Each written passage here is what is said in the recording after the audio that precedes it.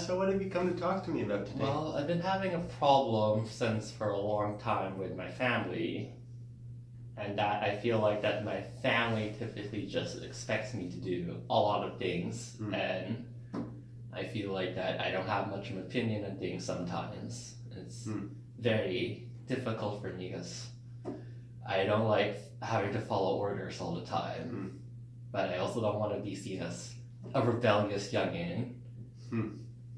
I see. What does your family consist of then? Who comprises this family? Well, I have my dad and my mom. My sister doesn't really give me orders, but they just usually say, well, if you don't listen to us, you'll turn out like my sister.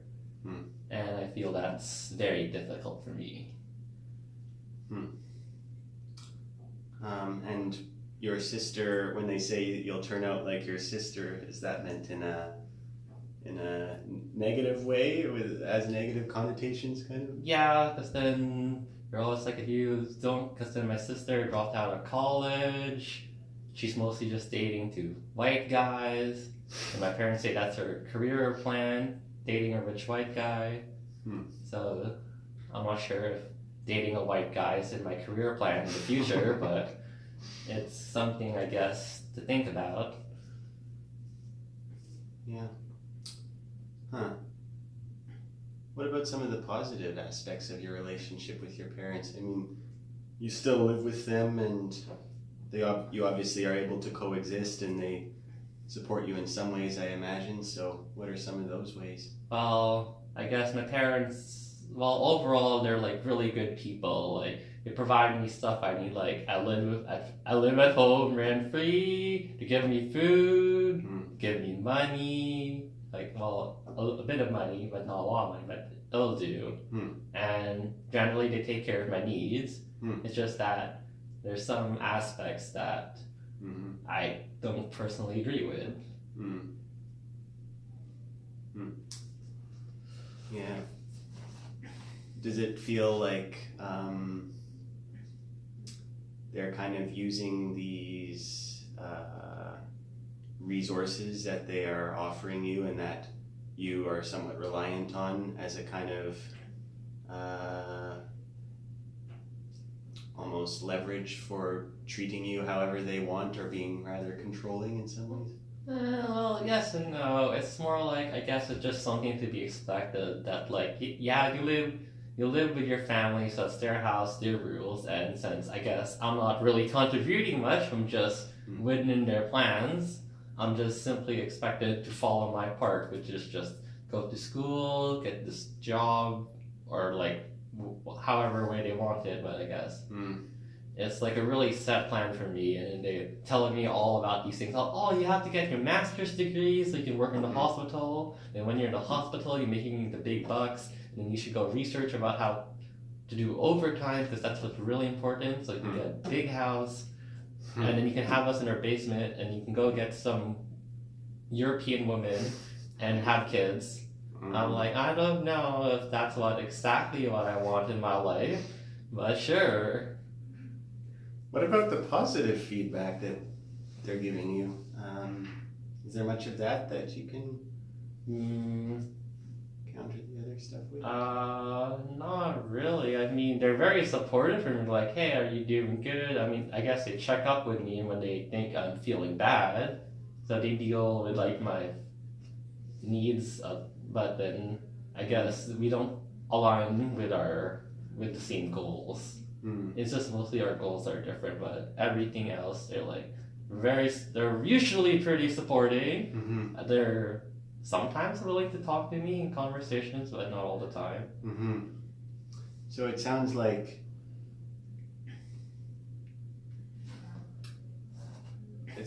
all these things that are coming up are maybe from their perspective ways of supporting you.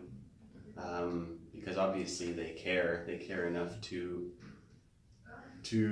talk to you about your future and support you in the basic practical ways. Yeah. But maybe they just have a different take on what support looks like. So have you tried talking to them about how these ways of supporting you from their perspective don't really feel like support from your perspective? I did. You did? And yeah, how did that conversation Terrible. go? Terrible. They said stuff like, well, you're young, so you don't know much, so you just gotta listen to us. We have more experience than you. You don't know what you want yet, so we're here to help. Just listen to us. Or you'll end up like your sister, where your goal is just getting a rich white guy to solve your problems for you. Which I don't think which is a goal I'll ever have. But yeah. Yeah, I could see how that wouldn't feel supportive from your perspective, especially. Have you told them what you would like from them? I mean, as far as what support looks like to you, and how they might be able to offer that to you, or at least alter the manner in which they try to kind of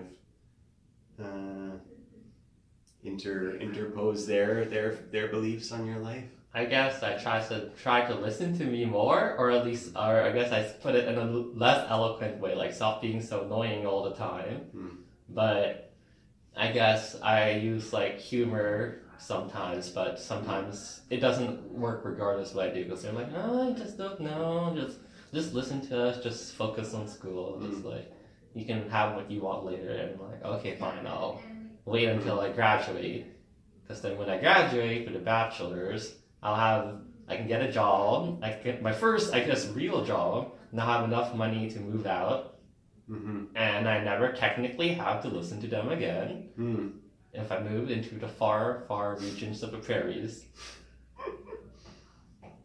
Well, yeah. So I see that you clearly have the things you have going for you are a solid plan, a realistic plan, realistic goals that are definitely achievable in the near future, that are gonna help you get out of this kind of uncomfortable parts of this situation that you're in.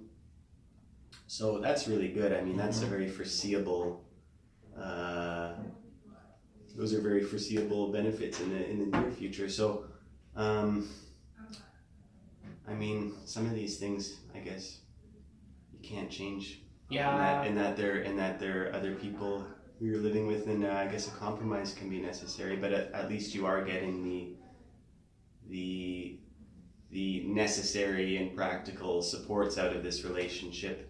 And what about humor? That seems to be another one of your strengths. Well, I guess my parents always say it's so important that I should get married because I can have a wife and then I can have kids, and that's what looks like a great life to them. But then I always thought of, well, then if you didn't have kids, you have much more money. You'd probably have a nicer house, that nice Ferrari you wanted. You always talk about getting like a Mercedes-Benz. I'm like, well, if you didn't have kids, you'd probably have money for Mercedes-Benz by now. So let's see how well that turned out. So you kind of turn it around on So I give them a little jab, and I sort of try to make them regret having kids. And how do they respond to that? Well, then they're like, "Oh, you'll see in the future." I'm like, this is the future. The future is now, old man. I would be like, well, then let's see this. I'll be single when I'm 40, but I'll have a Mercedes-Benz. But you can look at it, but you can't touch it. That would be my rule. So I'm like, because I guess I just really dislike it when people tell me what I have to do, and this is what will make me happy. But I guess I'm a little bit of a rebel. Maybe a little, and then I use a bit of humor, a bit of spiteful humor. This is pretty funny. And perhaps if I make it into a joke, I guess they could maybe see my perspective better, because having kids can't be the solution, or else Texas would be doing really great right now, but they're not. Having more kids is not the solution to all your problems. No, I think that's a good point. And what about with when you use humor? How did they respond? I mean, do they ever crack a smile or Yeah, laugh? they crack a Is it smile. like They in the always middle of laugh. the conversation? They always, yeah. Sometimes my dad would say, my dad sometimes said, "Oh, sometimes you're so hopeless," and I'm like, "Well, I feel the same way about you." So that's great. That seems like a way of kind of neutralizing the power in a way, because I mean, there's clearly since they are the ones kind of controlling the resources that you're somewhat reliant on, and the ones that are seeming to kind of impose this sometimes controlling kind of language on you. In spite of all that, when humor comes into it, when you both start laughing, you're kind of become somewhat equal, right? Yeah. For at least that time. So that seems to be a pretty useful skill you have. I think humor is a great equalizer, since almost everyone can find something funny. Yeah. So I guess that is a skill that I like to use most of the time. But then I guess sometimes it seems like I'm very rebellious, or like I just have no tact where I can make a joke in any situation. They're like, just be serious for once. And I'm like, no. Because as soon as I get serious, I know they're not going to pay attention to me anyway, so I might as well just get a couple laughs out of it. And do you ever talk to your sister about it? Just one-on-one about your relatable experiences with your parents? Not yet, but I'm waiting until I'm like 28, and then I'll have an adult talk with her, like, yo, what's up, sis? You want to talk about your time under your parents' rule? I think it's too early for me to talk to her. Interesting. Because I think she's still figuring things out, I guess. And I'm still figuring things out, because I'm living under them, so I haven't completed my living with the parent experience just yet. So I guess I'd want to wait a little bit longer before I have the brother-sister debrief about the parents' tyranny type of thing. I see. What about what you have taken away from what your parents have told you that seems reasonable to you or more palatable to you? Well, they always say it's important to listen to other people, which makes sense, but what if they give you bad advice? Which is, I guess, they're sort of teaching me indirectly, because I want to listen to my parents. I'd like to assume they know more, but a lot of times, since we're like immigrants, they don't know a lot of ways stuff works. They're like, well, I don't know about this, but I'm going to tell you anyway about this. So I'm like, that doesn't make sense. How can you tell me something you don't know about? So I'm like, well, I'll try to listen to you, but I think your opinion's really dumb. I have to listen to you anyway, type of thing. So you've kind of adapted what they've said to a way that makes more sense to you, but still is something that is a value. I mean, listening. I think listening is important, but at least hearing people out. I think it's important to have also. They taught me indirectly. It's important to have good judgment when you're listening to people, because if you listen to someone whose advice is like proven consistently worthless, then there's really no real value taking them seriously. So you say they taught you that indirectly? Yes. And you mean because? Do you mean because you feel that some of the things that you've had to listen to them say are just go against your own sensibilities, but you hear them out anyways? Yes, my dad recently, when marijuana was legalized in Canada, I knew right away what my dad was going to think about it. And then when I got home, it happened. My dad was like, it's the end of the world. Marijuana's legal. All the happy people are going to run us over. We're all going to die, type of thing. Justin Trudeau only made weed legal so he'd win, type of thing. And then since this is very in contrast with social work, and I think this wouldn't be the first time my dad's been biased on an issue, I'm like, this is no surprise to me. But then since he's my dad, I have to be respectful and listen anyway. Because even if I say a differing opinion, he'll just say, "Well, you're younger. You probably don't know any better. I'm older. I have all the experience. So just shut up and listen." And then my mom will always be, "You just listen to your dad. Stop talking." So I'm like, "Okay, I'll listen, old man. Tell me about how it's the end of the world." Even though we're still alive, like a week later, or a couple days later. Well, it sounds like that's you using a skill that perhaps you learned through your situation, and a skill that is very useful for the field that you're going into for social work, because often you'll have to sit and listen to people complaining and maybe even stating opinions that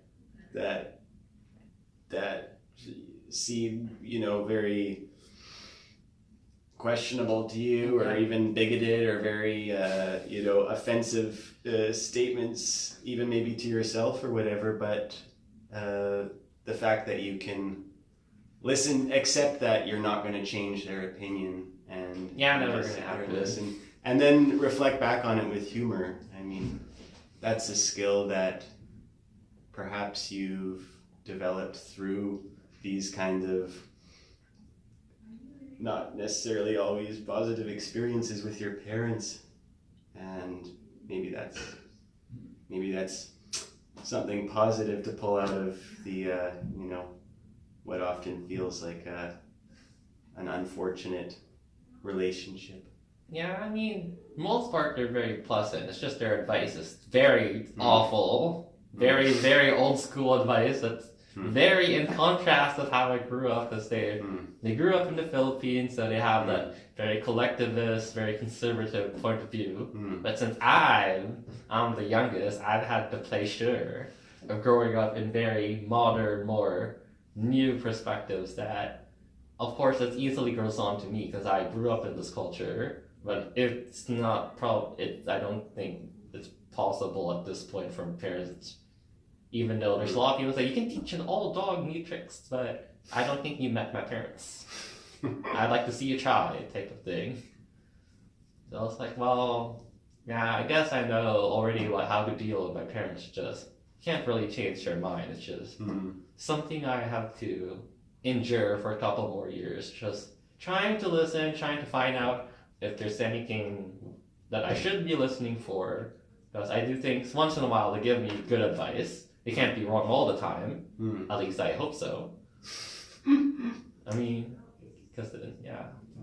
What about, in the reverse, do you think there's anything you've been able to at least indirectly teach them? Because you're, like you say, you're perhaps more integrated into the society that all of you are living in because you grew up here, and I'm sure you can teach them, at least indirectly, some important things about that. Is there anything that comes to mind? Not really. I can just teach them about technology. They just come to me for tech support. Well, that's something. They know to come for tech. And what about do you talk about your what you're talking about in class at school? And never. It would never go good. It would never go good for them. They would maybe those things would challenge some of their beliefs. It would challenge like all of their beliefs. Interesting. Yeah. Because for like an example, we're very conservative, so therefore we're like very pro-life, especially at the church we go to. There's like every year they are going to make a fight for like anti-abortion. Abortion is bad because God told you, and it's also, this is what a dead fetus looks like. But this is terrible. This is murder. On the other hand, social work is like very pro-choice. People can do what they want. They're right with their bodies. Very supportive of the woman. Less supportive of the baby. And then if I ever said that to my mom, I'm pretty sure she might execute me on the spot. So that would be a talk I will never hope I will want to have. I will avoid it as long as I can. I suppose there are some things like that are just. I mean, this is their their stance on weed is that's going to kill us all. Imagine their stance on making abortion pro. not going to end well. I mean, I think you're wise in recognizing that things like that might be kind of irreconcilable, at least within any kind of realistic time frame. Pretty much a dead end. And likewise in your work with clients or whoever, it's good to know what things are worth maybe spending time on fighting for. Or yeah, I guess I learned that it's important to know what battles I should be fighting, because, well, I guess I want to say all battles are worth fighting, but some of them are just like more urgent. Like, pick the ones that you know you can win, that are like worthwhile, which I guess. Mm-hmm. So they're like some stuff I know that I already know which way this conversation is going to end, so I'll just surrender, like, okay, you're right, I'm just a dumb millennial, you guys got me where you want me. You got me, I'm a dumb millennial. Go educate me in your ways. Your words of wisdom. Like, I guess another example is like this week, when I recently got certified for emergency CPR.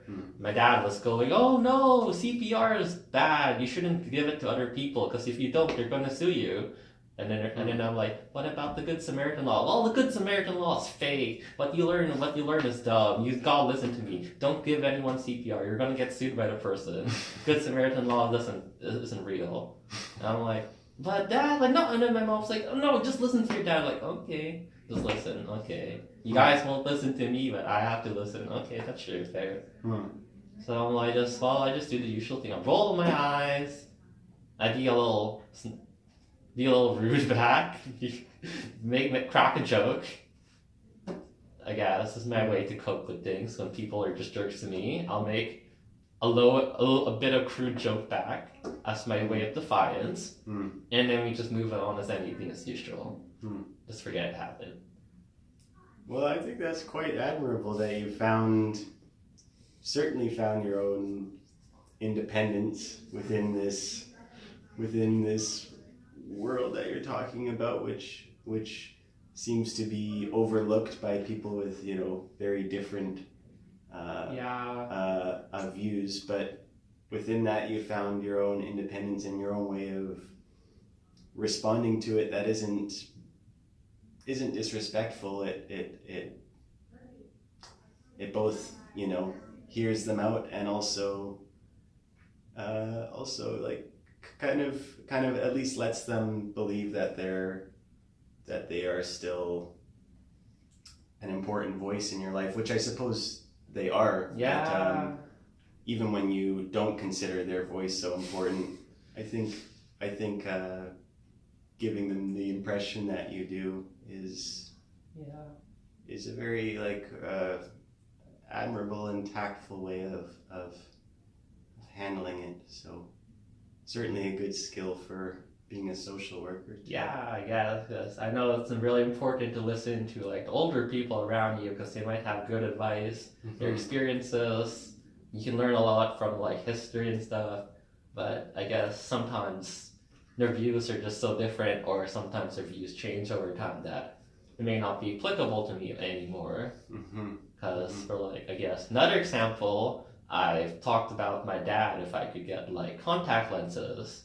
And then my dad was like very, no, you can't get contact lenses. It's too difficult for you. You can't handle it. You're probably going to get an eye infection. It's too much work for you. I don't think you have the capability to use contact lenses. I'm like, Dad, I'm like, what? I'm in my 20s, and you raised a son that apparently doesn't have the intellectual abilities to use contact lenses. You really need, that's something you really need to think about.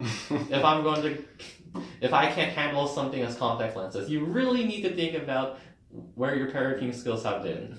So you turned it back on him, and what something a statement like that might say about him. And then he's like, no, just listen to me. You're not listening. You're like, okay, then fine, no contact lens for now. Yeah. I'll try again in the future, when I have my own money. And maybe he'll reflect on that a bit. Yes. Sit and reconsider. I hope one day I can make them eat crow.